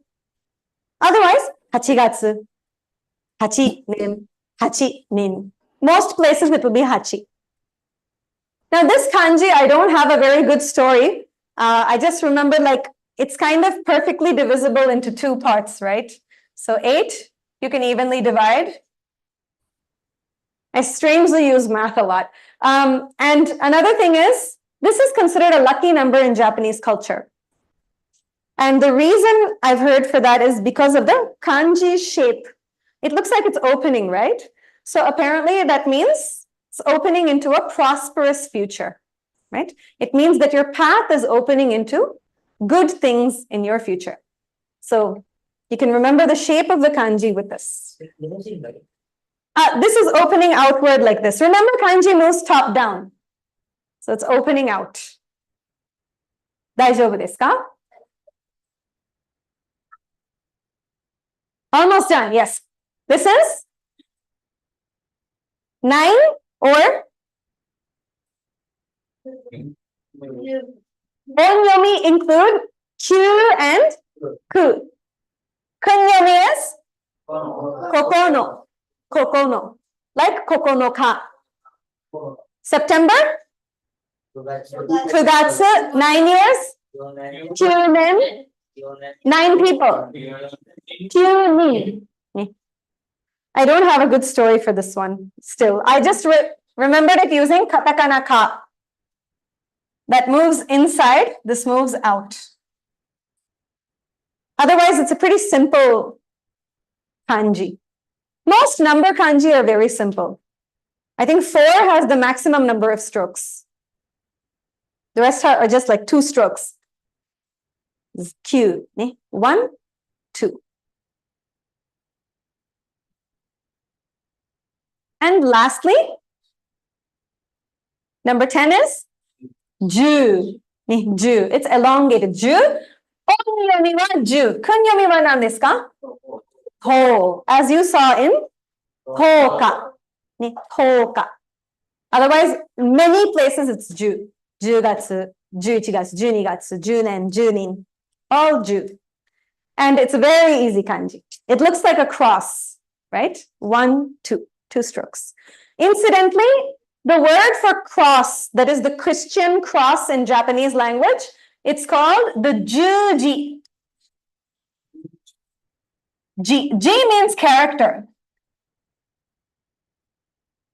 So Juji, it's the character 10. And that's the word for cross. You know, in kanji, we have a Ji, right? It's the same Ji. Ji means character. Chinese character. Juji, 10 character. So it became their cross. There's also an anime. I sometimes talk about it. It's a bit old, though. Has anyone heard of Rurouni Kenshin? Or Samurai X? Yeah. It's a samurai anime. It's quite nice. It's one of my favorites when I was growing up. It's famous for the protagonist having an X-shaped scar on his cheek. That shape, that cross is called Juji Kizu in Japanese. Kizu means injury, some kind of hurt, injury. So Juji Kizu is an injury shaped like a cross.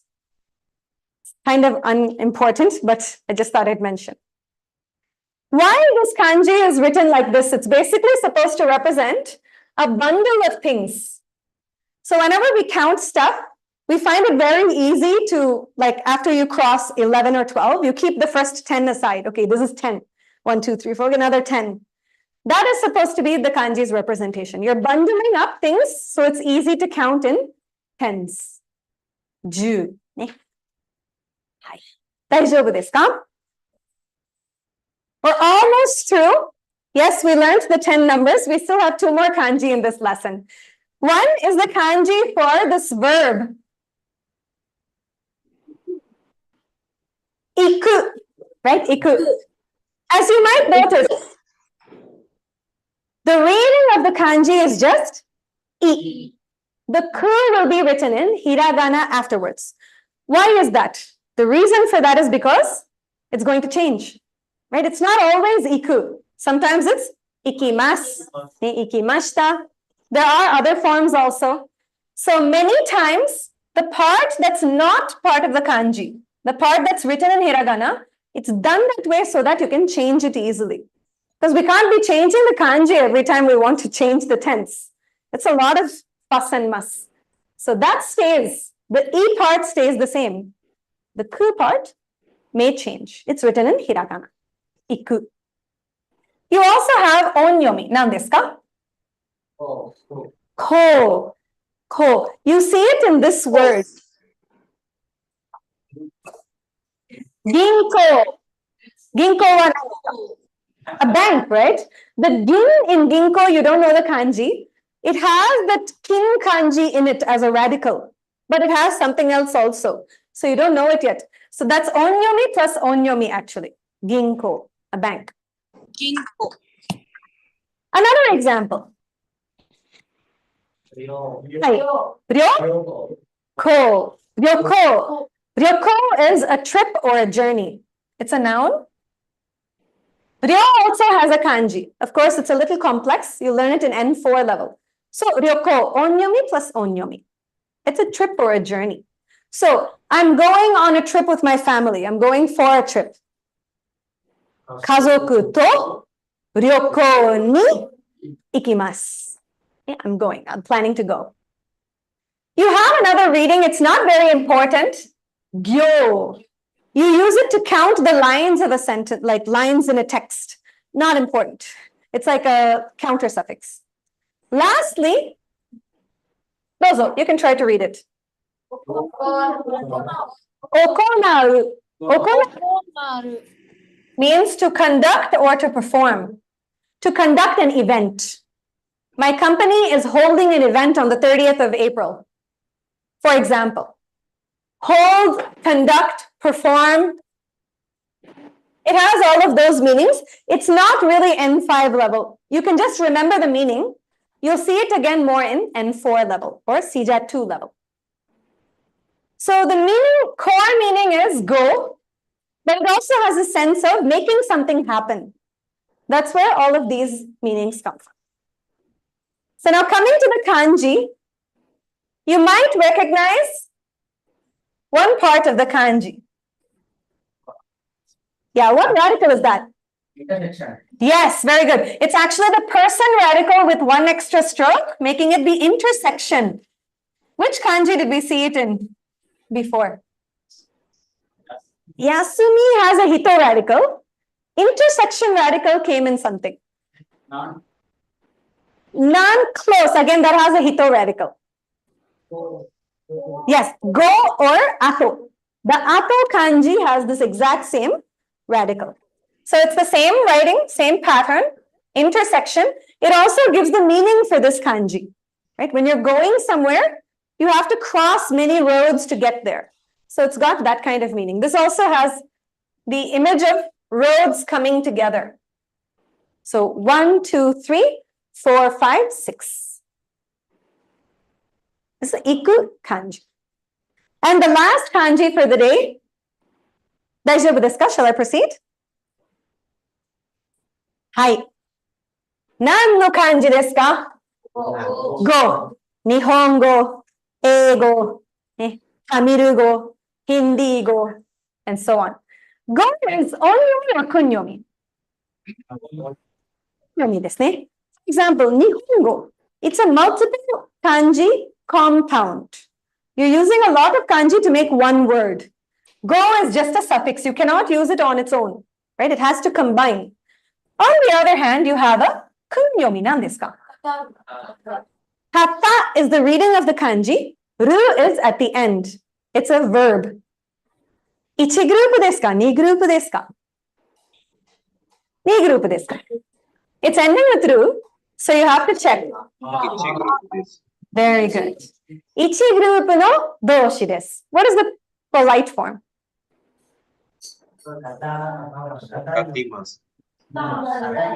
Katarimasu. Hai. Katarimasu. Kataru, katarimasu. To narrate something, to tell a tale. That's the meaning. So this kanji basically has the meaning of language or speech, and therefore also the telling of something. It also has the meaning of word, but you don't have to worry for the time being. Leave that aside. You can remember narrate. So, eigo, nihongo, the go is this kanji. How do you make this kanji? It's got a very useful radical in it. This radical, it's a little difficult to learn because so many small strokes. But one long, short, short. Okay? This is a slanted stroke. These are short strokes. So slanted, starting, long, short, short. And then you have this. What is this? Yes, it's the mouth radical.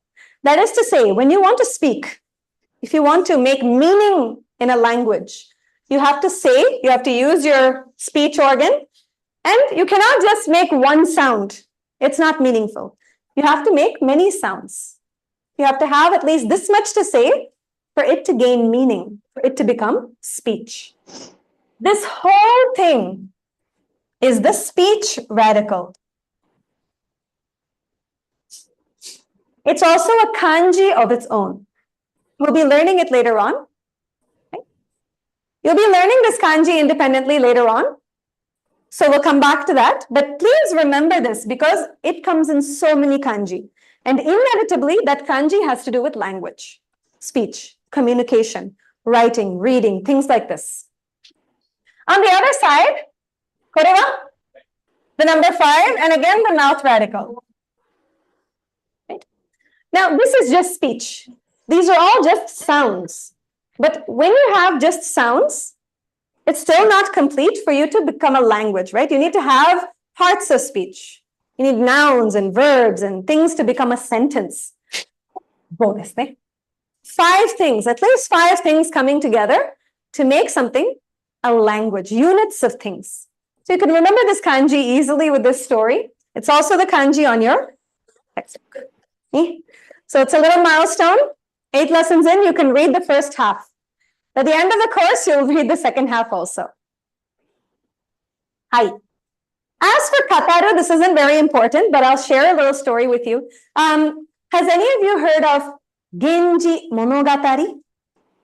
Genji, the tale of Genji. Sounds vaguely familiar. It's a very, very famous Japanese work of literature dated to around the 10th or 11th century. It's considered possibly the world's oldest and longest novel. It's huge, it's like this big. So the novel form, what we know today, it's pretty new. It's not been around in all countries for very long, about 200 years. In Tamil, it's quite a new phenomenon. In English also, it is pretty new, 1700s, 1800s. In Japan, we're talking around 1000 AD, 1100 AD. There was a woman who wrote this thing. Even now, Japanese people consider it the pinnacle of their literature. That is called Genji Monogatari. Genji is the name of the protagonist and his family. Mono is thing. Gatari comes from Kataru. That is the tale. The telling of the thing about Genji. The tale of Genji. Okay? So it's that old a word. Kataru is a very deep word in Japanese literature and culture. The telling of a story. It's a genre of its own. I won't recommend Genji Monogatari to just anyone. It's a very long and tedious work to read. But if you like reading, if you like literature, you can give it a try. It's quite fascinating. Hi. 以上ですね。はい。あ、はい。 So like the kanji alone, does it make sense as language? This kanji, usually we don't use it alone. It combines with something else to make language. Then what's the Japanese word for language? Language. The word for language is gengo. The go in gengo is this kanji. Gen has another kanji. So it's the formal term for language. Gengo. Atarashi gengo, a new language. 大丈夫ですか? Hi, any questions? はい、オンラインの皆さん、ご質問、questions ありますか? 大丈夫ですか? 大丈夫です。 So we still have a little bit of work left in lesson 8. There's a few counter suffixes and adjectives. So tomorrow, I'm going to start with kanji review. We'll look at some counter suffixes and adjectives, and then we'll be reading lesson 8, conversation. Lesson 8, conversation has an interesting in-the-shop kind of experience. It's different from the other conversations. If you can, I would like everyone to try to read it by yourselves at home first, and then come to class tomorrow. This is yoshu, prep.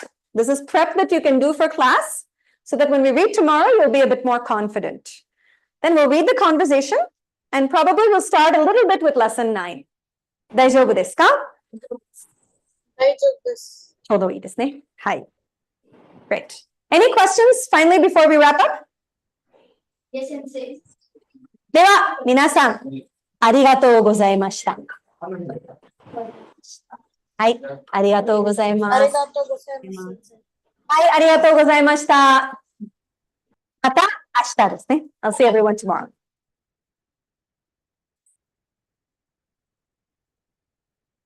Hi. Could you post this PowerPoint presentation in classroom? You're not able to access it through your student login? It should be there in the Hayakawa student login. I'll just show you where. You know the place where you go for the Zoom link? Where the recordings are available, right? It's nearly the same place. Yes. I have a screenshot somewhere. I'll just show you that. Yeah. Yes.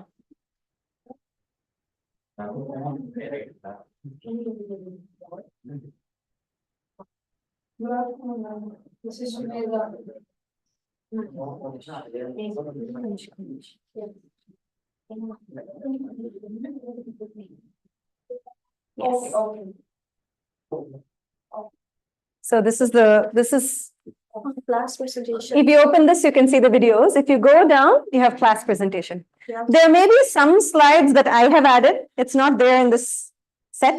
If you want something like that specific, you can let me know. I can share it in Google Classroom. はい、ありがとうございます。はい、はい、どうぞ。あ、careful. はい、 Sensei, like, yes. Sensei, what we are gonna see tomorrow, Sensei, like, how long we are gonna cover? Like, lesson 8 ஓட conversation பார்க்க போறோம். ஆமா, lesson 8 முடிச்சிருவோம் நாளைக்கு. Conversation முடிஞ்சிருச்சு. Yeah, basic. ஆமா. அப்புறம் lesson 9 mostly start பண்ணிடுவேன். இம்பார்ட்டன்ட் ஏதாச்சும் இருக்கா? லைக் நான் பெர்மிஷன் வாங்கி ஆன்லைன் அட்டெண்ட் பண்ற மாதிரி வச்சிருக்கேன். Okay, okay, fine. 9 9 முக்கியமா ஒண்ணு இருக்கு. 9ல காஞ்சி இருக்கு, வேற என்ன இருக்கு ஆமா, சார்? mostly நான் காஞ்சி first cover பண்ணிடுவேன். So you can watch that online, no problem. 9 grammar part, something important is there, but நாளைக்கு I may not start it. Verbs, adjectives ஏதாச்சும். Adjectives இருக்கு, verbs கிடையாது. Okay. Lesson 9 as in new verbs கொஞ்சம் ஏதாவது இருக்கலாம், but it's not important. Lesson 9 like only kanji and grammar and adjectives. Yes, adjectives